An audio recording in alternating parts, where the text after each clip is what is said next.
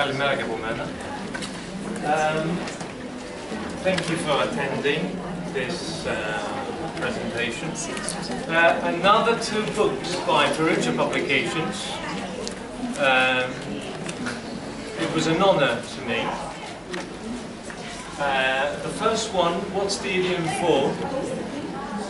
Comprises exercises on English idioms, obviously. You will get hold of some copies, some samples at our stand. But here you'll have a chance to take a quick look at the structure of each book. Let me show you. Okay, we take some snapshots, so to speak. There's always a text at the beginning of each unit where idioms are embedded in a context, okay, in a communicative context. Then there follow some exercises on meaning and use of idioms. As you can see here, we've got an exercise where you're supposed to replace idioms with other expressions. We've got a wide range of, a wide array of exercises where you can sort of play with idioms and discover their meaning, function and use.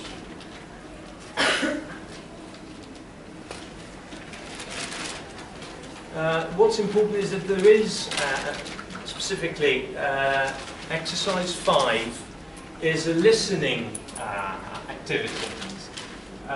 Students listen to a short text and they have to fill in the missing words, just one word.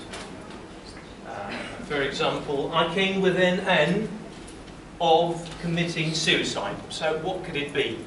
Any guess? I came within an ace of committing suicide, which means I came very close to committing suicide. Okay, that's an expression, an idiomatic expression. Or I was bitten by the eating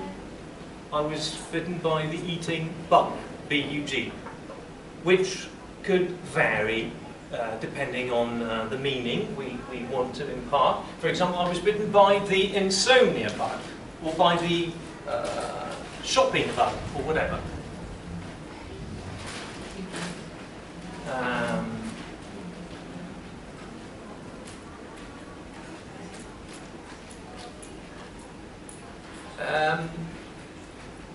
Here we've got another exercise. Look at the following sentences and spot the mistake. She has such a cutting tongue. Okay, is it correct or not? What do you think? Any guess? Could be, yeah. Well, actually, it's not correct. We usually say she has such a sharp tongue, which means she says she hurls a stream of invective, probably, at other people. Okay, so here we've got a list of expressions found in each unit and counterparts in Greek, Greek counterparts. For example, above board, eιλικρινής, timios, put one's thinking cap on. Okay, I'll just put my thinking cap on, I'll give it some thought. And here's another unit. The structure goes along these lines, I mean, broadly speaking.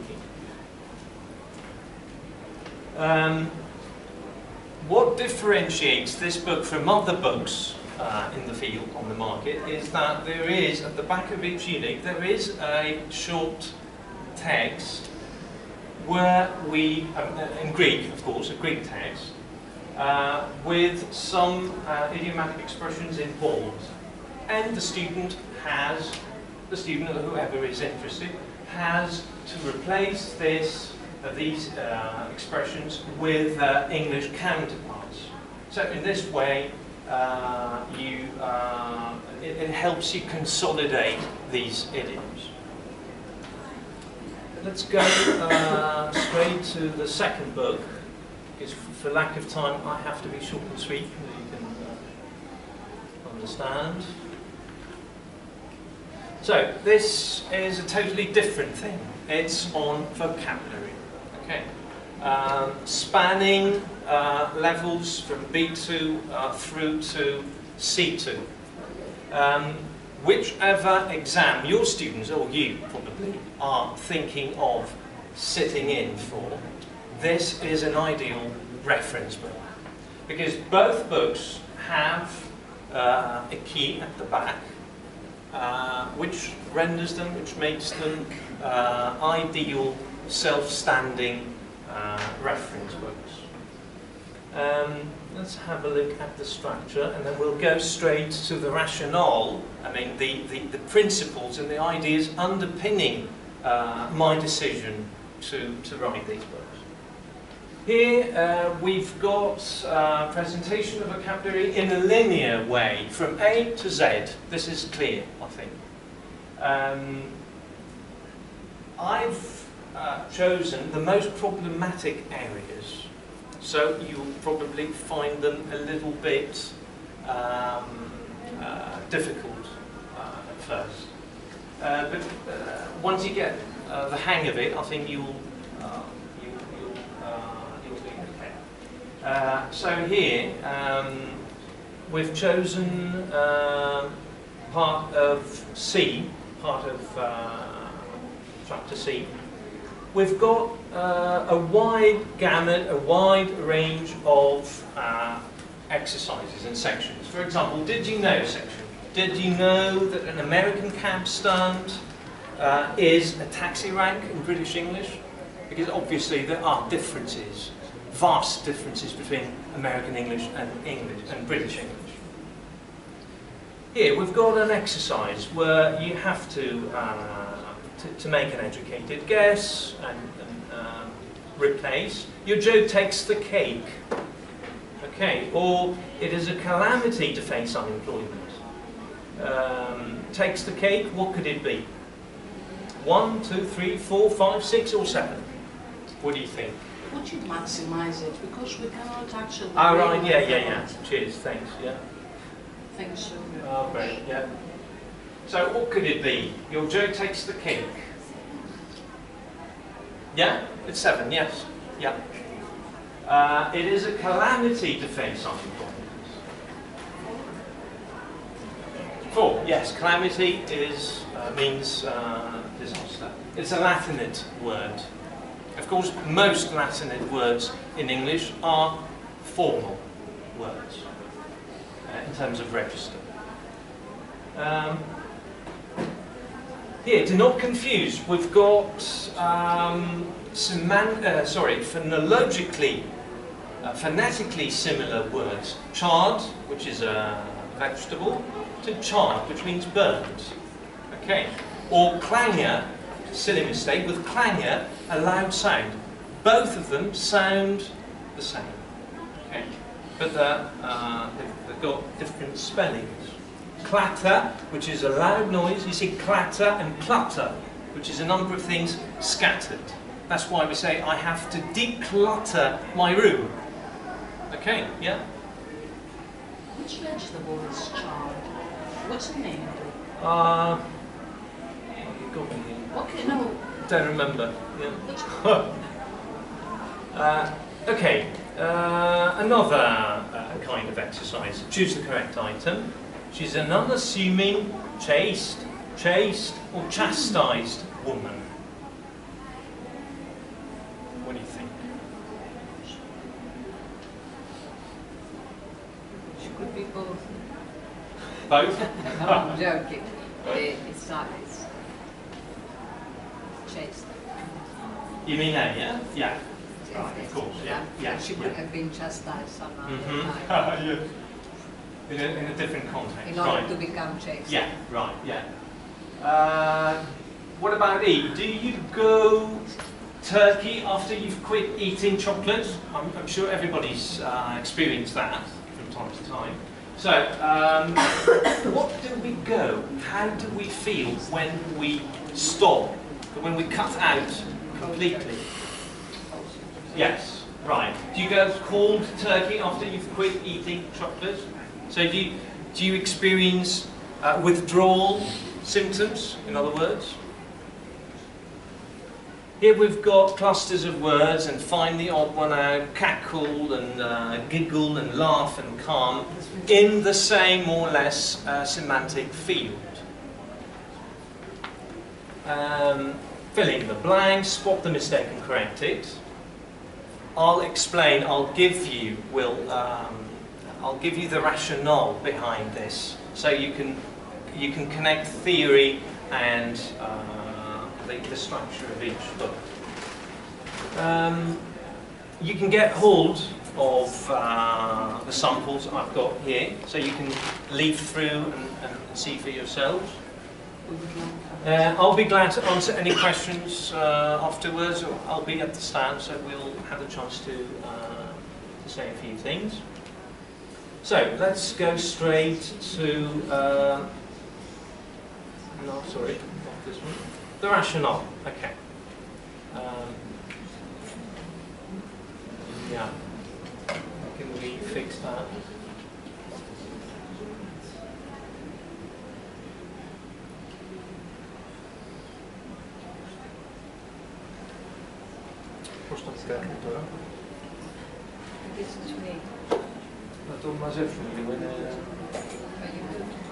You don't want full screen? No. Zoom out. All right. Here is the rationale, as I said. What made me decide to write these books? That's it.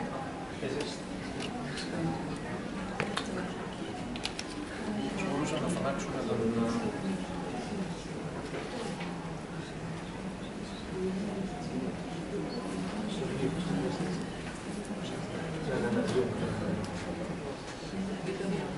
Zoom out.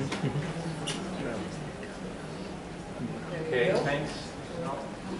So, as far as the first book is concerned, you'll okay, now you've got the second one. Okay, as far as the first book is concerned, what's the idiom for? As we said, and of course you will see on the blurb, it's an ideal reference medium for candidates wishing to sit any exam at all. Okay, I mean across the board. The present book provides a wide and thorough coverage of over 700 idioms in use, containing short texts, as you saw, contextualizing various idioms, a variety of exercises helping students practice and consolidate the idioms presented in each unit. So probably...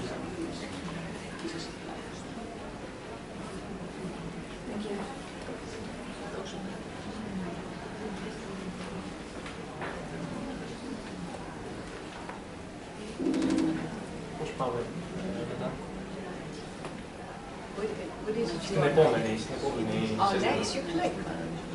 Click. Click.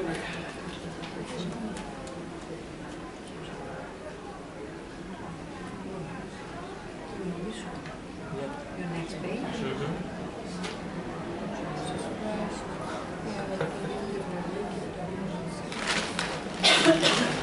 Okay. New slide, yeah. Great. Thanks.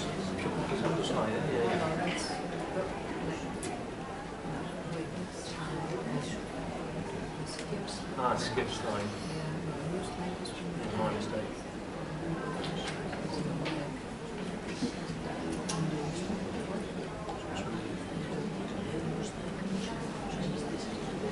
Okay.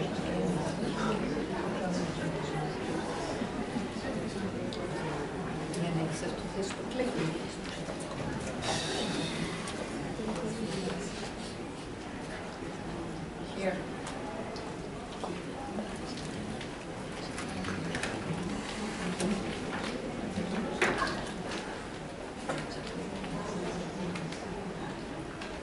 sorry about that.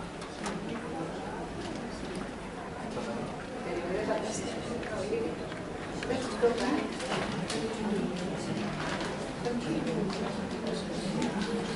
Where was it? Now.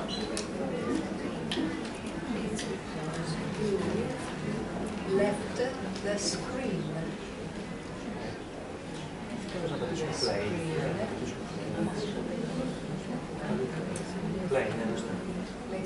Yeah. Right, okay, so, sorry about this. You go like this. You tell me, I'll do it for you. Okay, go. Okay, you see, as easy as ABC, it provides a wide and thorough coverage of thousands of vocabulary items in use in a linear way. It presents the requisite vocabulary at an advanced level in a wide array of exercises, as you had a chance to see. It features a glossary which provides, which learners can have a recourse to when in need of meanings and explanations. A glossary furnishes innumerable synonyms, thus helping learners consolidate and expand their vocabulary. And of course, as I said earlier, there is a key at the back of the book, which makes it a self-standing reference. So what is the rationale behind this? There is a gap in the ELT field. I feel that idioms are not tackled as effectively as they should. Probably because there's no time, there's no class time. The use of idioms is a marker of fluency. Okay. Native speakers cannot but use idioms. Whether they're intelligible or not, this is a different thing. Knowledge of L1 and L2 correspondences helps develop translation skills and helps retrieve whole chunks from memory. So, rather than learning single words, or single, let's say, yeah, as I said, single words, it's better to learn idioms or collocations, phrases, in other words, as chunks of extended discourse, because it's easier to memorize, it's easier to retrieve from that. Vocabulary, no matter how advanced, is not enough. Okay. There has to be a general framework of general language use in order for it to flourish. As I said, we cannot remember isolated words unless they're contextualized in a way. Translators, or translators to be, need a practical exercise book to get the hang of this problematic area and find their bearings, so they can avail themselves of these books. Yeah. Productive and receptive skills are enhanced. In conjunction with advanced vocabulary, the use of idioms leads to proficiency. The use of idioms and idiomatic expressions is inextricably related to the culture of the L2 community. So it's a cultural thing. Okay. It hones, it develops not only linguistic competence, but pragmatic competence as well, sociocultural competence as well. As far as easy as ABC is concerned, as I said before, a wide range of exercises corresponding to various exam formats elucidate function, use, and meaning. We can meaning is illustrated while the tolerance for ambiguity principle is adhered to. Okay, we're supposed to elucidate meaning. We're supposed to make meaning clear, but there should be a margin for opacity, because opacity is a natural thing. I mean, opacity is inherent in natural speech. So we can't understand 100% of what we listen to, but what we read. It's impossible. Even native speakers cannot do that. The spot the mistake, for example, section helps retrieve from memory the right counterpart of each item. The did you know section draws our attention to less known or more problematic areas of English lexis. The odd one out helps categorize lexis semantically. Items in the same semantic field are memorized and retrieved more easily, as I argued. The same holds for the collocations, as Mrs. Curie said earlier. Collocations is a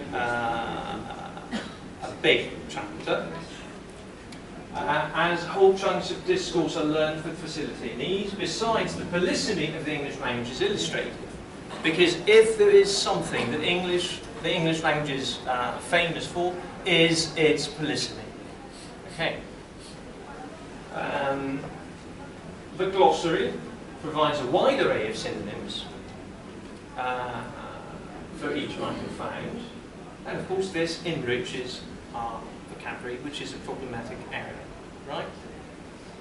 Both books seek to, of course, I don't know if they manage to foster, but they seek to foster learning autonomy in as much as they're self-standing books, featuring a key, which students can easily have recourse to, thus evaluating or assessing themselves. All right. Thanks a lot. Thank you. Thank you. I should thank my publishers, Mrs.